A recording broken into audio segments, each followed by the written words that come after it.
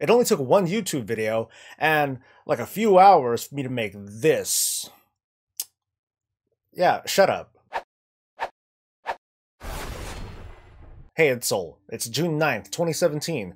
This is Warcraft Weekly, and let's talk about stuff. Of course, the biggest news that dropped this week is that 7.2.5 is finally going to come out next week. On June 13th, assuming that the servers don't melt, and so far we've been on a pretty decent track record on these servers not melting, we players will finally be able to experience the wait for the Tomb of Sargeras raid to come out the following week, as well as the Trial of Style event, whenever that's going to be, along with Black Temple Time Walking, whenever that's going to be. But you will be able to do the Chromie scenario day one, probably. In a little bit, I'm going to talk about what to do to prepare and what to do on day one of the 7.2.5 patch, as well as what to do to prepare for the Tomb of Sargeras raid. Until then, though, how was your week, folks? My week started out pretty exciting and then just kind of tapered off. You know, it turned out to be a pretty good week overall, though. I'm really happy, and I want to give a shout out to everyone who took a look at the 7.2.5 survival guide video that I had made, full of sarcasm and some wit and, you know, little parody kind of things like that. I'm really happy with the response. I'm very glad that I was able to make something like that for you, and maybe I'll do some more stuff like that in the future as kind of a preview. I don't know, maybe I'll do something like this.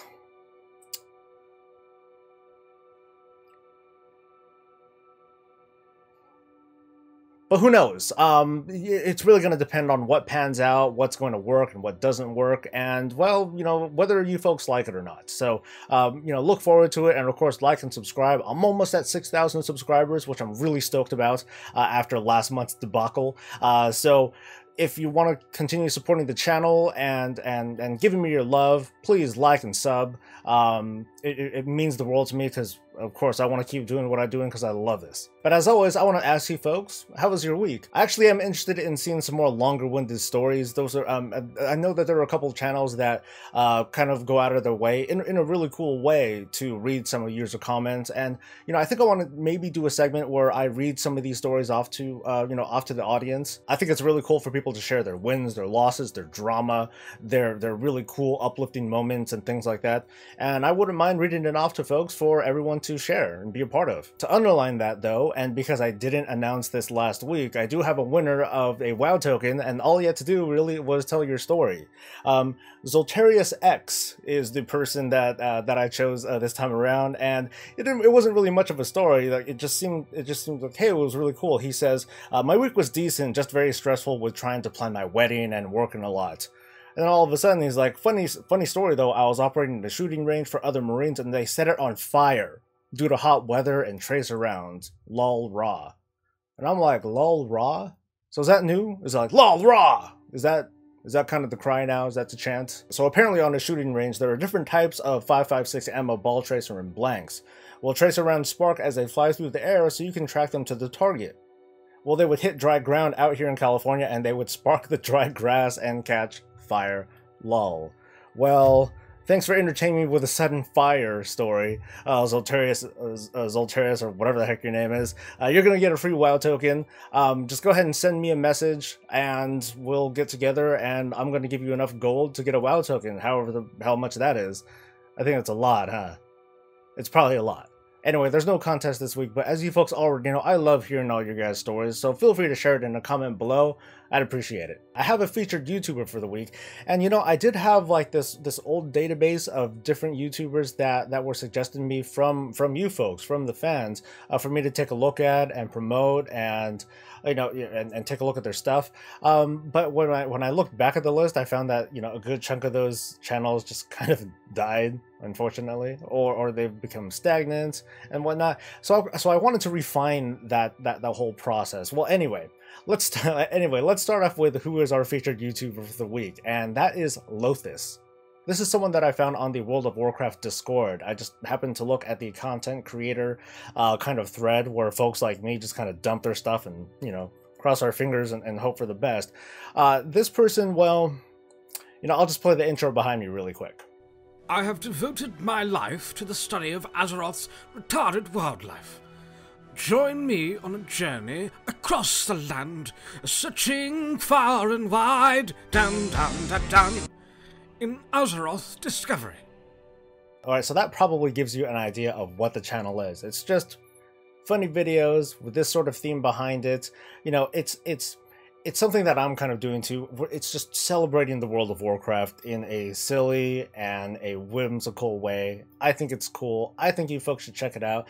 This person's pretty new. They only have a couple hundred subscribers, and I think that they deserve to get a couple looks and maybe some likes and maybe some subscribers. So feel free to take a look. Let them know that I sent you.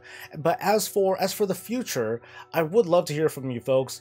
What are some small YouTube channels that that you think deserve to get a lot more exposure? And I'm talking small, like me and lower. Whatever the hell number of subscribers that I have right now, who has less than me? Well, they're probably going to catch up and pass me, but whatever. But the whole point is I want to expose some of these smaller channels a little bit more.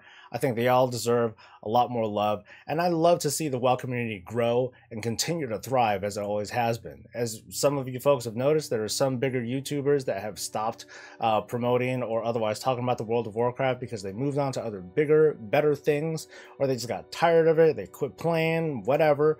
But there are other folks that are up and rising. And I'd love to see more of them come up. So again, please feel free to make a suggestion in a comment below. I'll take a look at it, put it on a list, and I'll try to feature at least one YouTuber every week. This week, at last, for players like myself who are like dogs waiting to get let out of cages, we were finally able to finish our class campaign as well as get our class mounts. For some players, this is a very kind of bittersweet ending to a embattled campaign that not a lot of folks were really feeling, and I actually have a conspiracy theory about it that I'll explain in just a little bit. But for folks that just like didn't really care, that weren't really waiting, they weren't in so much of a rush, to be honest, it kind of feels like there's a lot for, let's say, like an alt or a new player to do as soon as they hit the ground running on the Broken Shore for the very first time, or at least for the first time on these alts. There's actually a lot of things to do. They have to do like invasion stuff, or I'm sorry, assault objectives, and they have to kill a bunch of demons all over the place. So at least as kind of a one-shot thing, at least it feels faster. You know, there are players that are like, oh, well, this is so alt unfriendly and blah, blah, blah. But imagine if the Legionfall campaign was like this really long, drawn-out thing, similar to the Nightfallen campaign, which is really meaty. It's a lot of fun, lots of voiceovers and quality, and it's well-deserving of the praise that it deserved.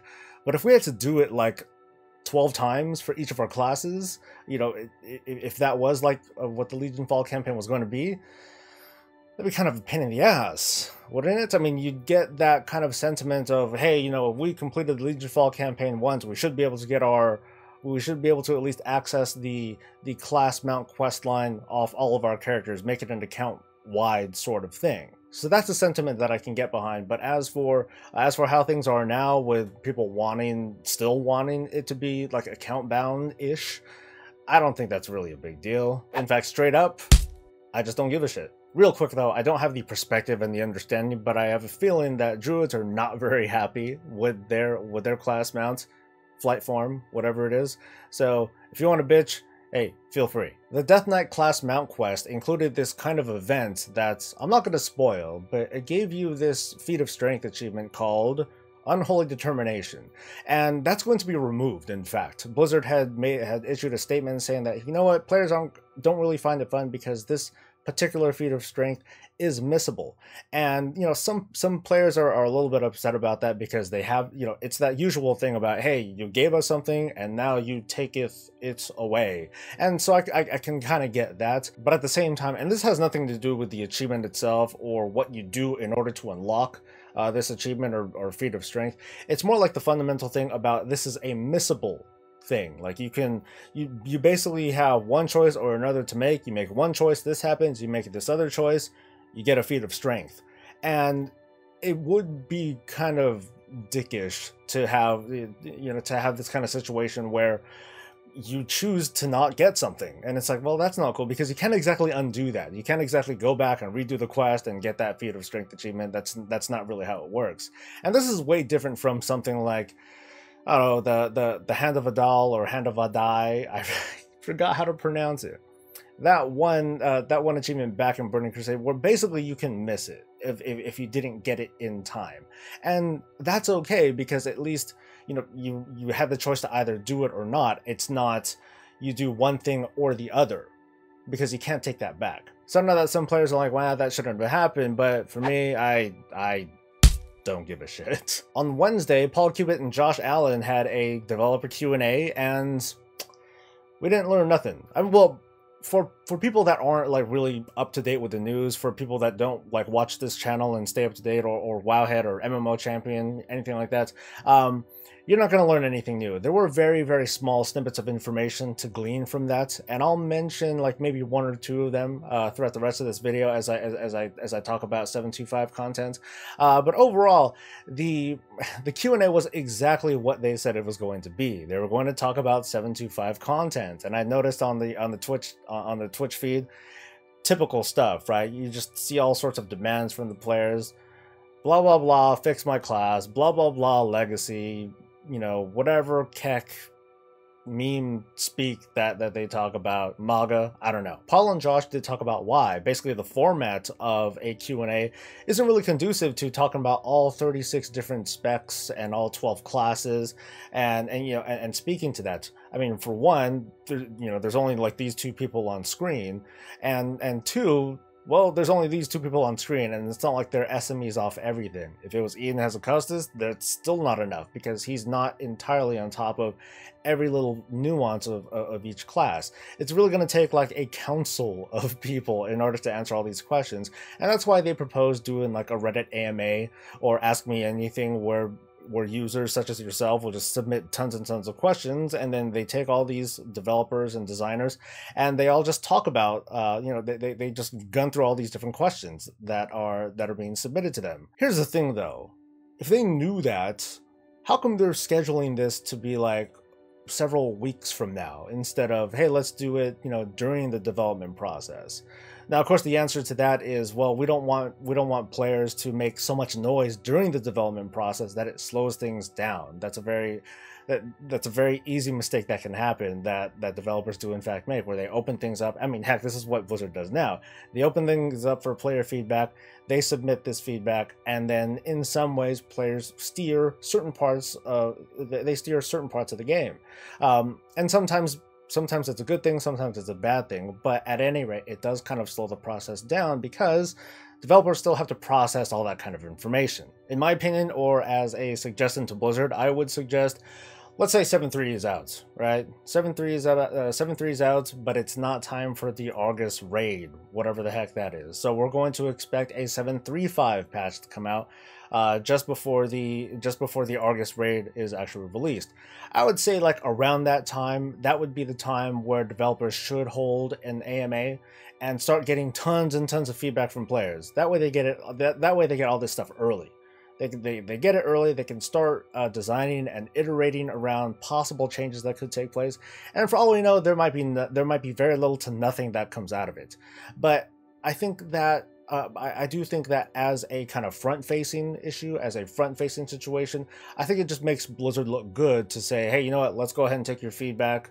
We'll take all this, you know, to the design table. We'll sift through it, and whatever works, we'll take these suggestions, we'll take this input, and so on and so forth. In this case, though, they're kind of taking this input like post-mortem, right? This AMA is not going to happen until well after 7.2.5 comes out, after players have had a chance to react. And yeah, sure, developers can do hot fixes and do number tuning and things like that.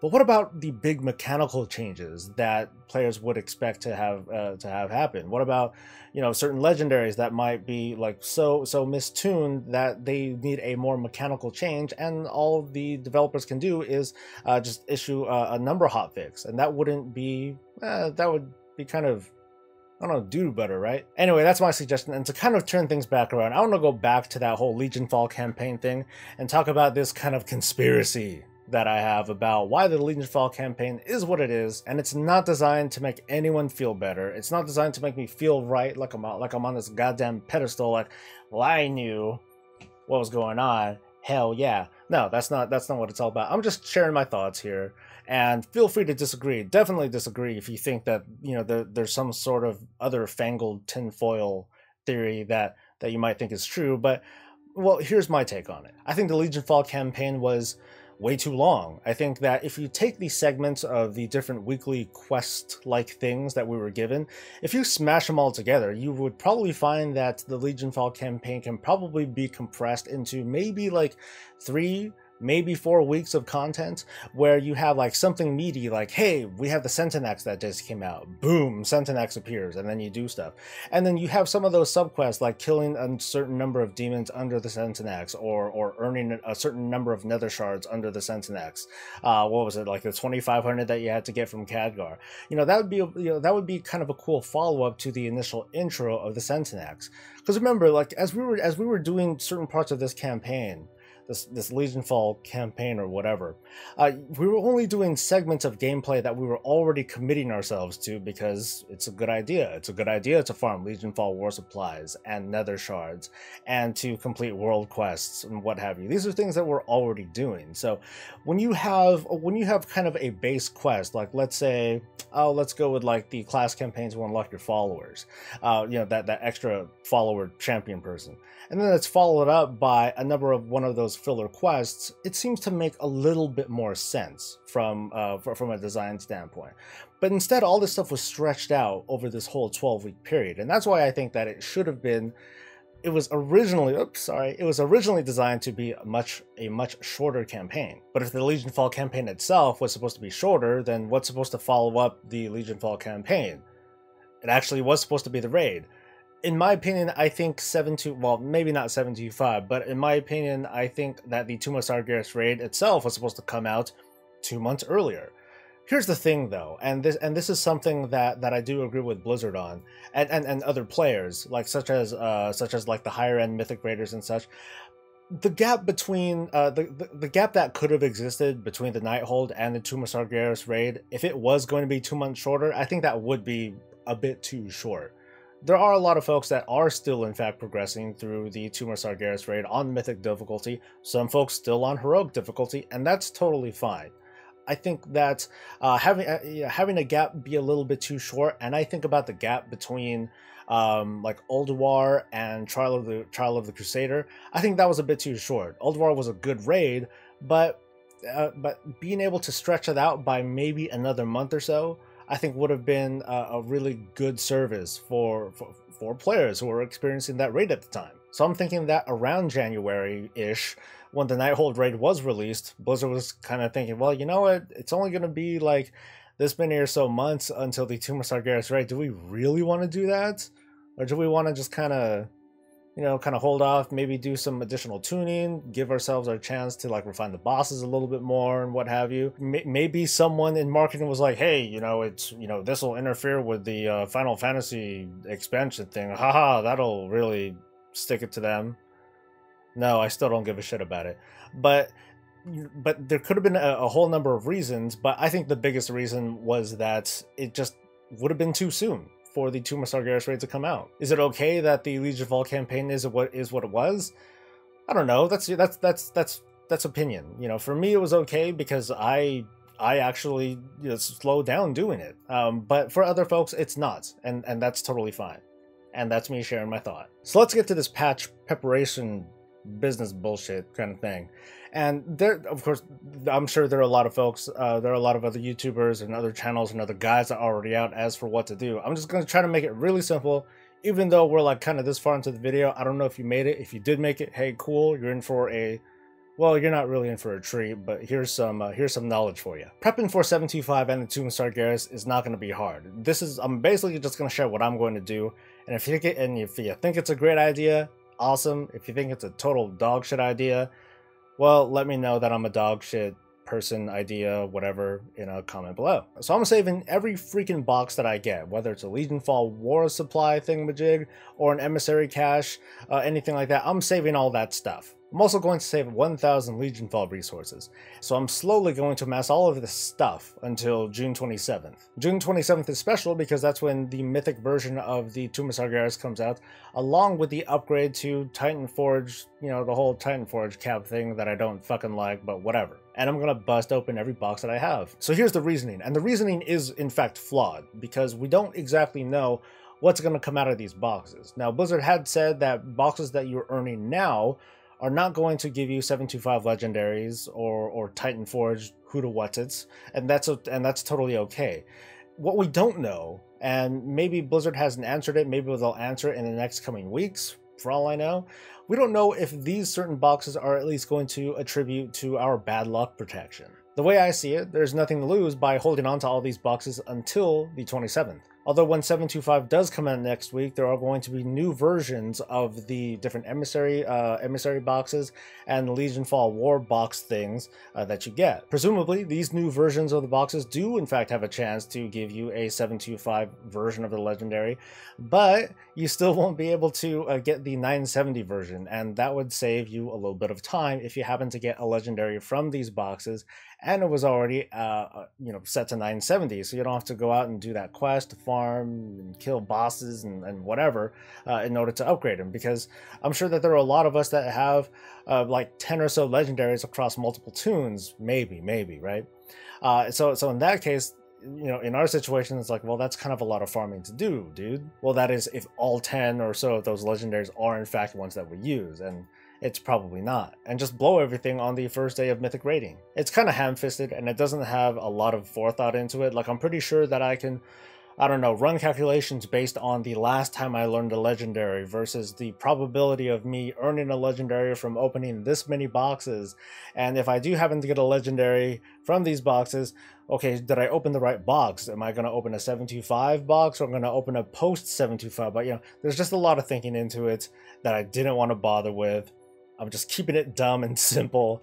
Hold on to the boxes, open it on the 27th, end of story. So that is it for today's episode, and I'm very happy that you made it to the end. So next week, after the patch is deployed, and assuming that the servers aren't like being brought down to their knees, I'm going to be on both Twitch and YouTube gaming. I'm going to be streaming myself, probably doing the Chromie scenario for a really long time, but I'm going to hang out, answer questions, and basically talk and hang out with you folks. It's not going to be a normal morning show. I'm actually going to try to be on for much longer, as long as a normal streamer, so it's going to be like, I don't know, 4 or 6 hours or so of stuff, and hell, that might go all the way to that night's raid. So you might watch us go into Tomb of Sargeras for the first time and watch us wipe terribly. Anyway, like and sub, because I love doing what I'm doing and I want to keep going. Feel free to share your thoughts, share your stories in a comment below. Like I said, I'd love to start having segments where I just read off comments and answer questions and things like that. Otherwise, you guys have a fantastic weekend. I know I will. I'm Soul. Stay breezy, guys. Oh, my back. Oh, standing up for too long. Oh my god.